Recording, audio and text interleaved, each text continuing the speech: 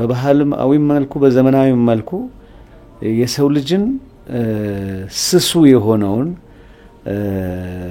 ምናብ ስሱ የሆነውን ልቦና ስሱ የሆነውን መንፈሳዊ ህይወቱን በሙሉ የሚያመለክት የሚቆጣጠር የሚያርቅ በዛም የተነሳ የተለያዩ ስነ ልቦናዊ ውጤቶችን የሚያስገኝ ነው በዛ ውስጥ እንግዲህ ያ ማለት ለምሳሌ ተውኔት ስትመለከት ፊልም ስትመለከት ሙዚቃ ስትሰማ ወይም ደግሞ ሰርከስ ስታይ ምስትል አይምሮህ በጣም ክፍት ሆኖ ግላዊ የሆነውን የፕሌዠር ደስታ ለመውሰድ ብለ የምትመለከተው አይነት የሰው ልጅ በጣም አስደናቂ ፍጥረት ነው በዚህ ውስጥ በየትኛው ዓለም ላይ የሚደረጉ የጥበብ ውጤቶች እንደዚህ አይነት ክፍት የሆነ አቀባበል ያጋጥማቸዋል በተፈጥሮ ይሄንን ታዲያ አገራት የራሳቸውን ባህል ያንዳቸው ማንነታቸውን ቋንቋቸውን ፍልስፍናቸውን አስተሳሰባቸውን ለሌላው ለማስተዋወቅ ይጠቀሙበታል በዛ ውስጥ እንግዲህ ታላቅነታቸውን ቀዳሚነታቸውን በዚህ ዓለም ላይ በሚኖሩበት ጊዜ መከበር የሚፈልጉበትን ደረጃ ሁሉ በጥበባቸው ይገልጹበታል ሌሎች እንዲያከብሯቸው እንዲያውቋቸው ማድረግ ይችላሉ በጥበብ ማለት ነው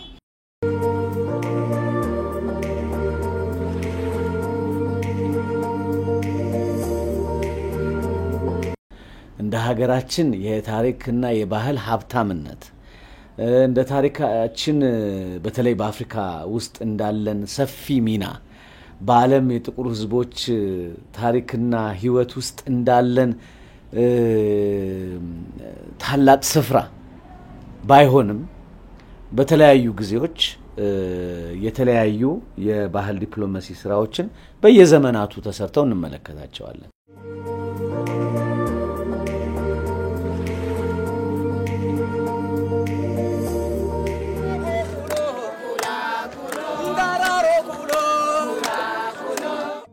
እንግዲህ እንደ ሰፊ የካልቸር ዲፕሎማሲ ስራ ተደርጎ የሚወሰደው የህዝብ ለህዝብ የሚባለው ጉዞ ነው ሐሳብ የነበረው እቅድ የነበረው መልእክት የነበረው ስራ ነው በወቅቱ በ77 ረሃብ በኢትዮጵያ ውስጥ በሰፊው ተከስቶ ነበር ግን በኢትዮጵያ ብቻ ሳይሆን በአፍሪካ ውስጥ በሰብሳሃራን አፍሪካ በብዛት የነበረ ረሃብ ነው ምስራቅ አፍሪካ ደግሞ በጣም ከበድ ያለ ጉዳት የደረሰበት ነው እዛ ላይ እንግዲህ የኢትዮጵያ ገጽታ ብዙ ታሪካዊ ፖለቲካዊ መሰረቶች ያሉት ውስብስብነት ያለውም ነገር ነው ይሄን ስል ኢትዮጵያ ነፃ ሀገር ነበረች በኮሎኒያሊስት ኃይሎች ተይዛ የማታውቅ ሀገር ናት ለጥቁር ህዝቦች በሙሉ አርአያ የምትሆን በተለይ ለነፃነት ቀንዲል የሆነች ሰንደቅ የሆነች ሀገር ናት ይሄ ቀንዲልነትና ሰንደቅነት ለኛ ለዜጎቿና ለጥቁር ህዝቦች ያለውን ኩራት ያህል ለሌሎቹ ደግሞ ያንን የመጠነ ፍቅርና ክብር ያስገኛል ለማለት አይቻልም ምናልባትም በተቃራኒው የፈተናዋ ምንጭ የተግዳሮቶቿ ሁሉ መነሻ ይሆናል ከተፈጥሮ ሀብቶቿ ከጂኦግራፊካል አቀማመጧ በአጠቃላይ ጋራ ተደማምሮ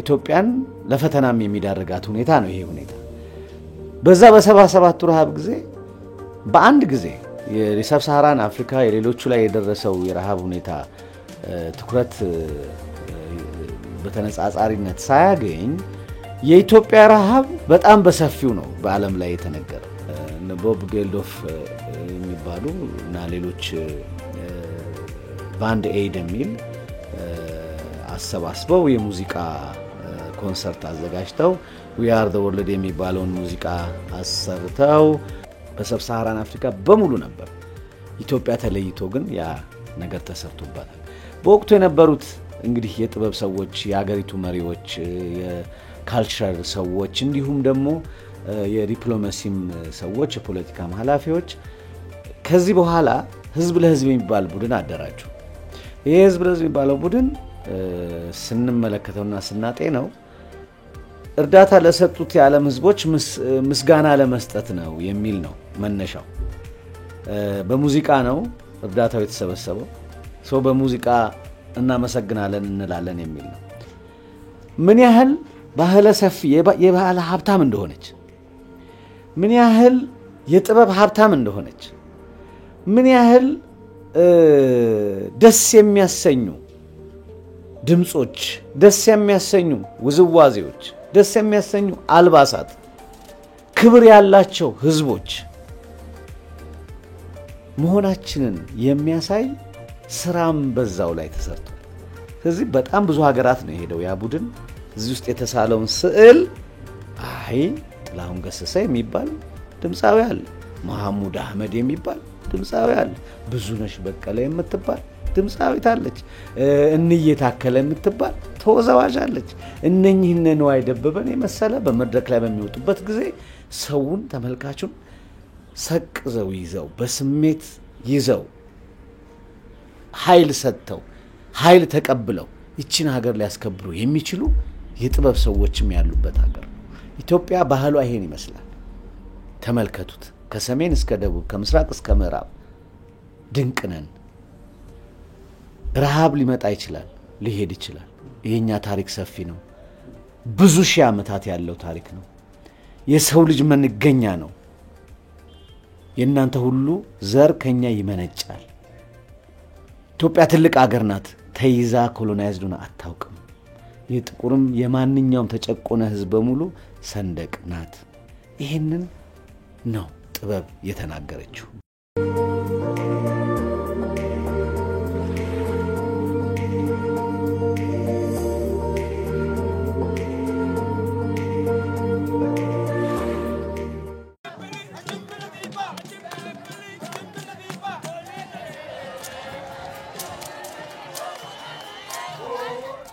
ኢትዮጵያዊ በሄደበት ሁሉ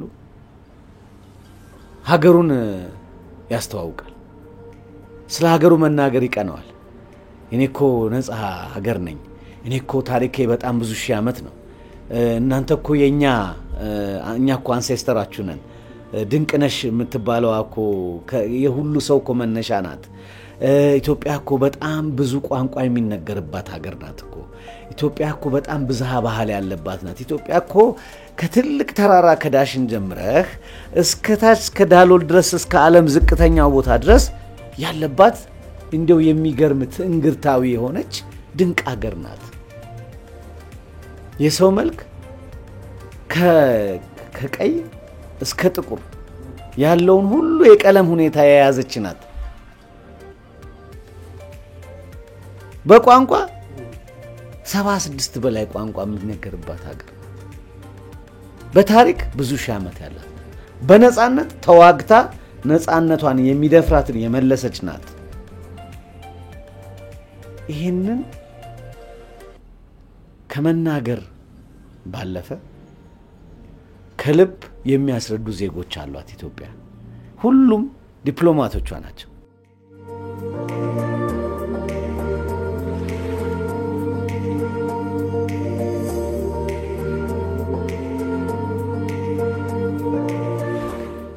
ጥበቡም አስፈላጊውን ዓለም አቀፍ መድረክ ውስጥ ገብቶ ዓለም አቀፍ ዕውቅና እንዲያገኝ፣ ኢትዮጵያም ደግሞ በዛ መሃል ሀገር እንድትተዋወቅ፣ በዛ መሃል የኢኮኖሚ ጥቅም ለሀገርም ለከያንያንም እንዲገኝ ጠንክሮ መስራት ያስፈልጋል። ከዚህ አንፃር አሁን የኛ ባህልና ስፖርት ሚኒስቴር ኪን ኢትዮጵያ የሚል የኢትዮጵያ ማንሰራራት ብስራት የሚል የጥበብ ቡድን አሁን ወደ ተለያዩ ዓለም ሀገራት እየላክን ነው። ይሄ ቅድም እንዳልኩ ሰብሰብ ያለ የተደራጀ ተደራሾቹና ተመልካቾቹ የሌላው ዓለም ህዝቦች የሆኑ በደንብ ተቀምሮ ተሰርቶ ከሌሎች ሀገር ከውጭ ጉዳይም ጋራ የኛ ውጭ ጉዳይ ሚኒስቴር በየሀገሩ ካሉ ኤምባሲዎቻችን ጋራ በመተባበርና ከየሀገራቱ መንግስታት ጋራ በመነጋገር የኢትዮጵያን ባህል የኢትዮጵያን ጥበብ በማሳየት ካልቸራል ዲፕሎማሲ ስራ መስራት ጀምረናል። አሁን ወደ 70 ያህል ከያንያን በአጠቃላይ ደግሞ እስከ 50 በላይ የሆኑ የኢትዮጵያ ብሔር ብሔረሰቦችን ሙዚቃ፣ ዳንስ፣ አለባበስ በሱ የሚያሳይ ተጨማሪ ደግሞ የሰርከስ ጥበብ ያለበት እና የአልባሳታችንን ደግሞ እንደዚሁ በፋሽን የሚያቀርብ ቡናችንን አብሮ ይዞ የሚሄድ ትልቅ የባህል ዲፕሎማሲ ስራ በጥበብ ጉዞ ይደረጋል። በቅርቡ አልቋል። ሁሉም ዝግጅቶቹ ተጠናቀዋል። በቅርቡ እንግዲህ ያ ጉዞ ትልቅ የሆነ የጥበብና የባህል ዲፕሎማሲ ስራ ይሆናል ብለን እንጠብቃለን።